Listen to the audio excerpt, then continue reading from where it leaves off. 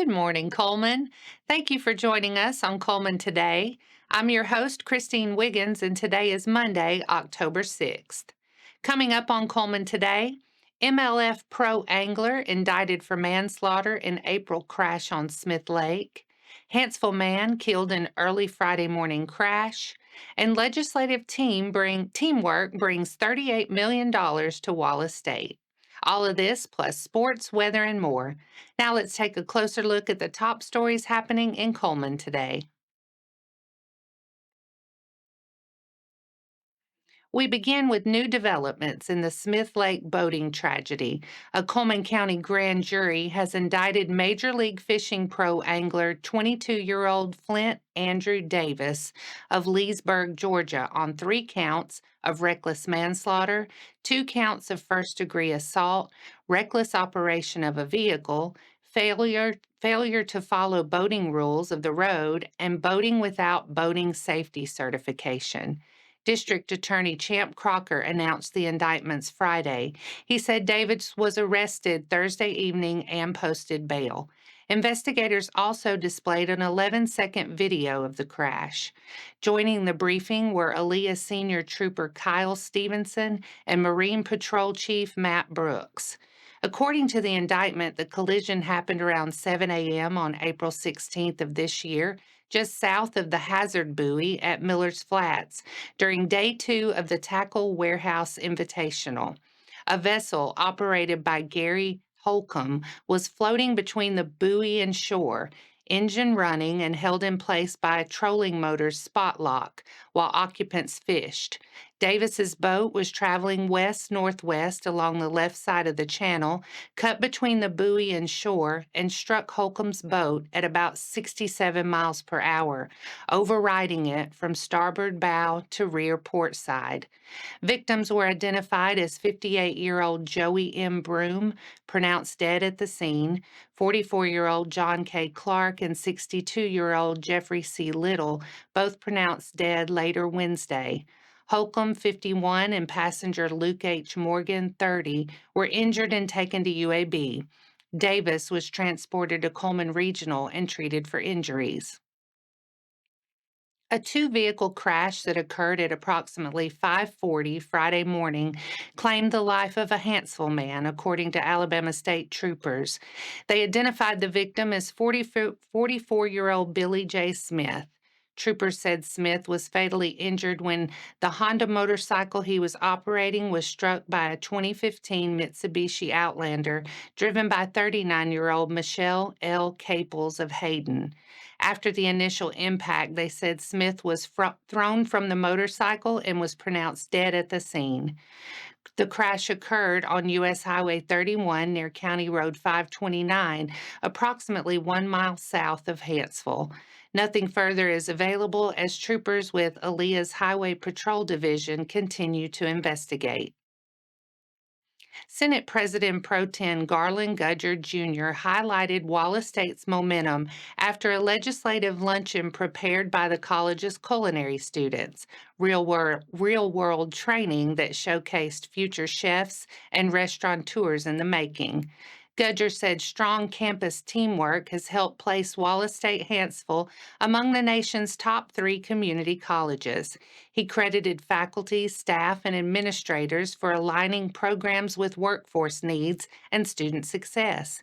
He also outlined new resources delivered over the past 4 years by the local legislative delegation, more than $28 million in extra facility funding above Wallace State's regular state budget, plus over $10 million for dual enrollment scholarships, equipment, technology, and personnel through competitive ACCS workforce grants. Gudger noted those dollars are already benefiting students and employers across Cullman, Winston, and Blount counties. Wallace State President Dr. Vicki Karlowicz emphasized the college's focus on workforce development, thanking lawmakers for ensuring the physical and financial capacity to prepare students for high-wage, high-demand jobs and to compete nationally. Gudger also recognized the partnership with Chancellor Jimmy Baker and his team, underscoring a shared mission: keep Alabama's talent pipeline strong and its communities growing. And that's all for our top stories this morning. Coming up, high school football week 7. Fairview surges, Vinemont sets records. Sports is next.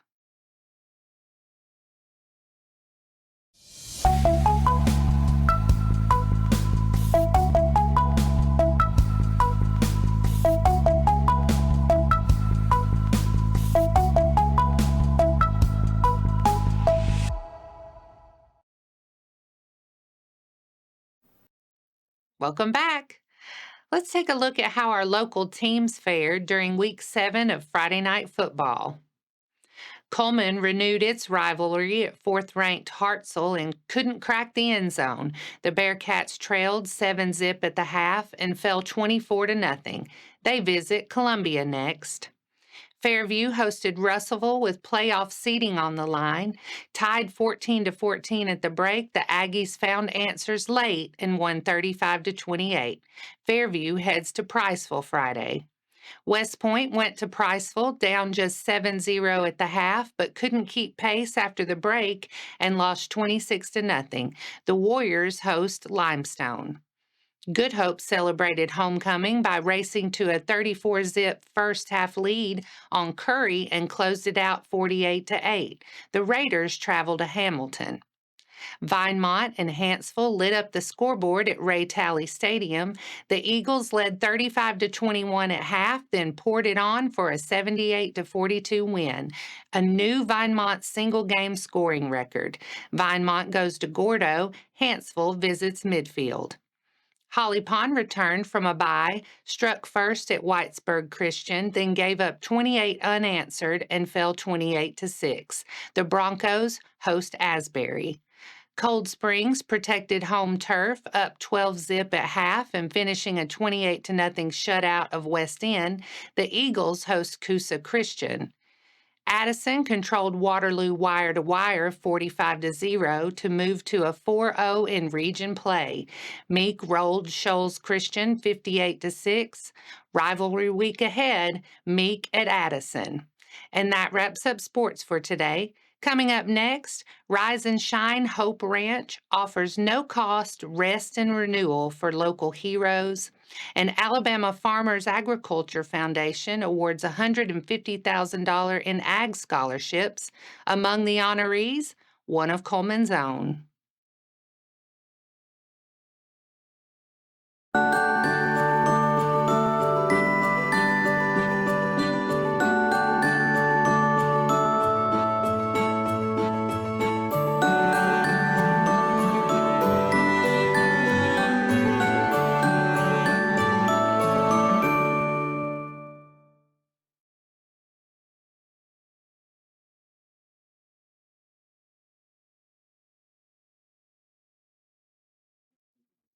Welcome back.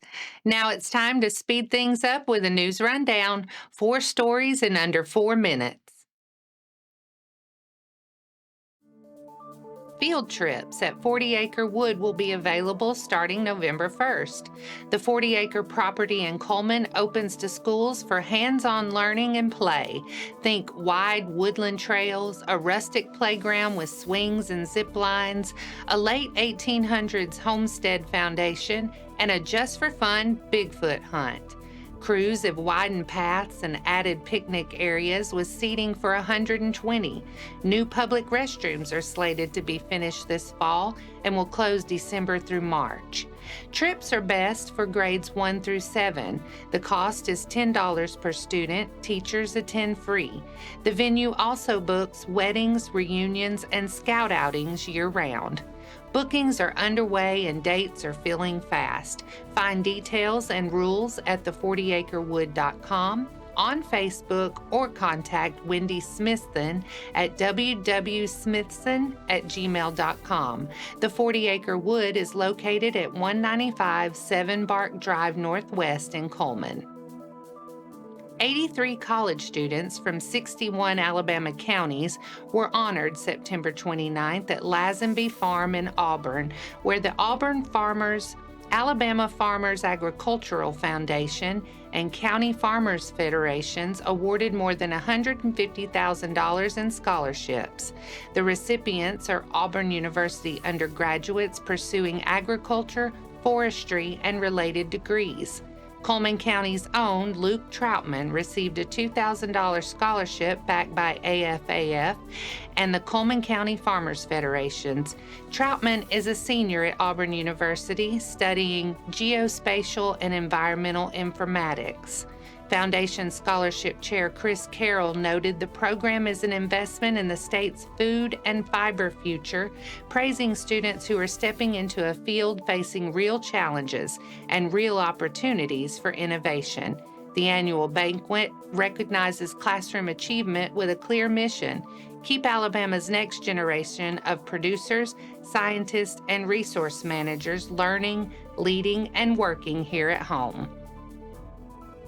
Chaplains Dr. J.D. and Pamela Pipes have turned a 10-acre spread in Cullman County into a faith-forward refuge for veterans, first responders, medical workers, clergy, public servants, and their families, free of charge.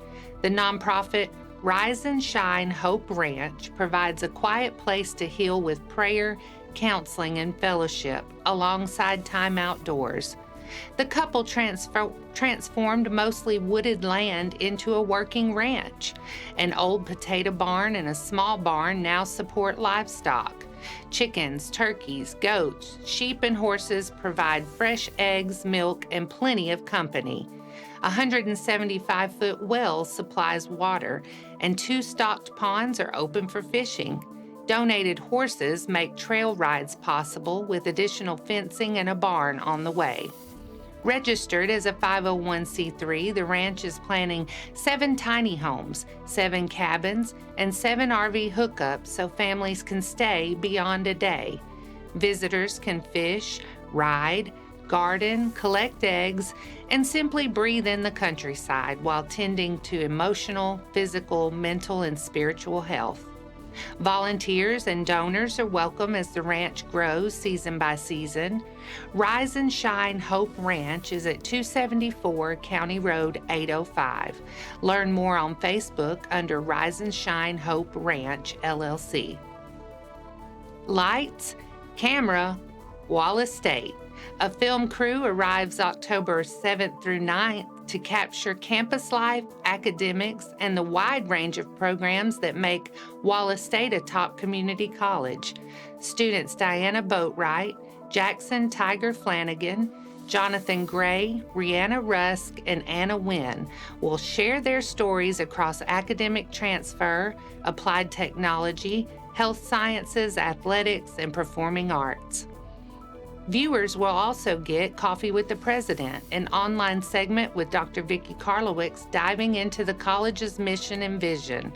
The college tour, created by Alex Boylan, Lisa Hennessy, and Burton Roberts, profiles real students, faculty, and alumni at campuses nationwide. While the crew is in town, Boylan hosts a Lunch and Learn on Thursday, October 9th from 11:30 to 12:30 in the Gudger Student Center, sharing insights from TV production and The Amazing Race. Keep an eye on Wallace State channels for episode release details and how to watch on Amazon Prime. And that's your 4 stories in under 4 minutes. Now for a quick break before we look at the weather ahead and pay our respects with obituaries. I'll be right back after this quick message.